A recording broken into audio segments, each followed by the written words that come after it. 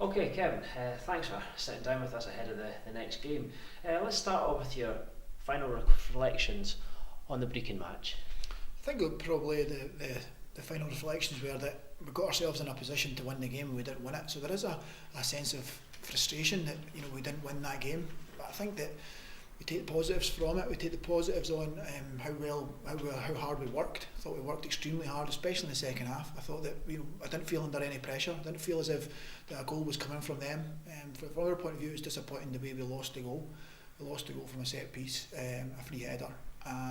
Perhaps as well we be too eager to win the ball back at times in terms of pressing to force a mistake or force a ball into other bodies as opposed to feeling we have to win the ball every time.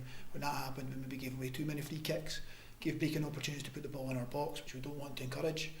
But saying that, on another day, better decision making in the final third and maybe being a bit more clinical, we could have went and got that game sort of put to bed early.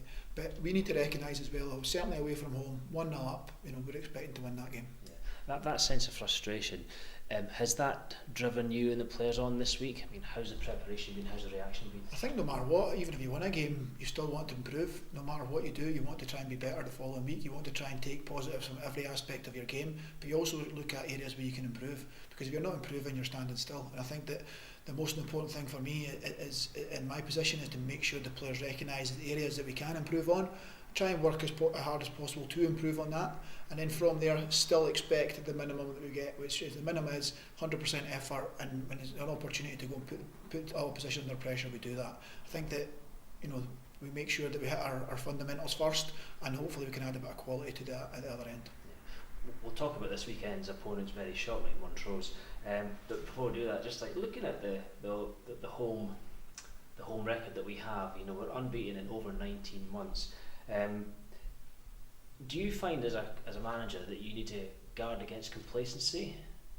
I think that the most important thing is we treat every game and every team the same respect, and we don't look at a team as a guaranteed victory because we've got a good home record. We recognise that we've got that home record because of how we've played here, how we've been organised here, how hard we've worked here, and that's came through probably three different seasons, 3 different managers. So that it's not just a case of what Barry put in place or what I put in place. It's happened before that as well. So we need to recognise that it is a good home record. We want to keep it going. We want to keep that home record going. We want to make sure that every team that comes here has a difficult day, and that's what we'll be looking to do on Saturday. I think that we'll treat Montrose with absolute respect. We've got great respect for their manager, for all he did achieving promotion and winning a league. I think that's probably something that doesn't get enough recognition.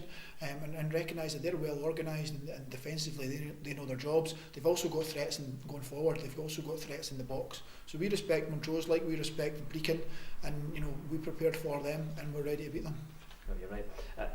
And looking to our own players, since stepping in to the role, what's impressed you most about the Rovers squad? Is it the togetherness, the work rate, or what? I think that it's, for what I've tried to put in place, is a work rate, and I think that's, you've got to want to work. You've got to want to come in the morning and work as hard as you possibly can every day. And the reason you do that isn't the case to run you in the ground. It's to make you a better player. If you become fitter and stronger and sharper, that'll help you when you've got the ball. It'll help you without the ball to win the ball back. And the work rate from the players, which I've demanded from first day, has been outstanding. The players have made this process so enjoyable for me. Everything that goes on out with the training is a lot of things that I'm used to. I wasn't used to. All the things that happen on the training field are everything that I expected. The players have been outstanding. Their togetherness is excellent. They're a great bunch of boys. They all enjoy being with each other and enjoying each other's company. And you need that. You need a collective togetherness. If you don't have that in your dressing room, it doesn't matter what you've got. You need to have that togetherness, that willingness to go and run through a brick wall for your teammate. And that's exactly what I was like as a player. And as I said before, I want my team to be a version of me, and that was somebody that you could look on and you could rely on, and someone that you knew was going to work as hard as he possibly could for the team. Yeah. And looking towards our opponents now, Montrose, as you said, Stuart Petrie, he won that league with them. At the age of, I think, 48 or so, he's still and with 9 years experience behind him, he's still regarded as something of an up and coming coach. Are you looking forward to pitting your wits against Stuart? I'm just looking forward to the game. I'm just looking forward to going and trying winning it. And we recognise that Montrose will be a tough team. They're bottom of the league, but I don't think they deserve to be bottom of the league. I've watched the last 2 games against Dumbarton, and I thought that they won the first one in the cup, and they were 1-0 up in the second one. They lost a relatively cheap goal and a penalty. So Dumbarton are one of the teams that they expect to be challenging at the top end, and Montrose have gave them 2 very, very difficult games. So we recognise the strengths that they've got and what we need to focus on, and if we can nullify them as well as everything we've got going forward attacking wise, hopefully we can dominate them and win the game. Yeah. Referring back to ourselves again, at Brecon you played a slightly different system.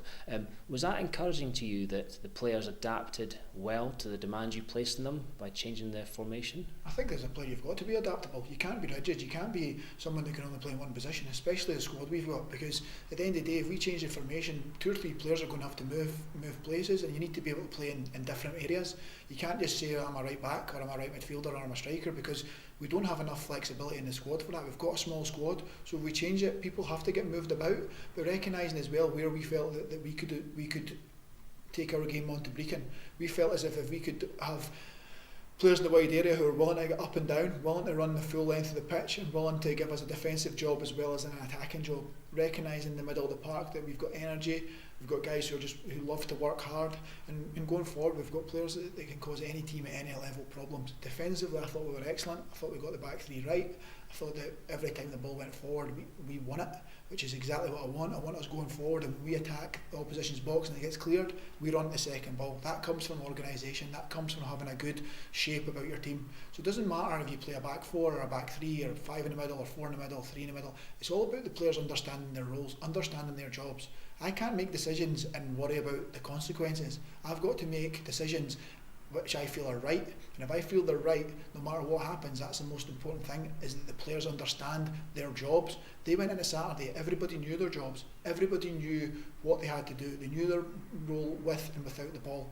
When you're a player and you step on the pitch, if you know that, it's then up to the player to then go and take that into the game. Looking to yourself now, what's the latest on the manager's position? It's not about me, it's about the players on Saturday going and winning a game. It's about the players on Saturday going out and beating Montrose, and whatever happens, happens.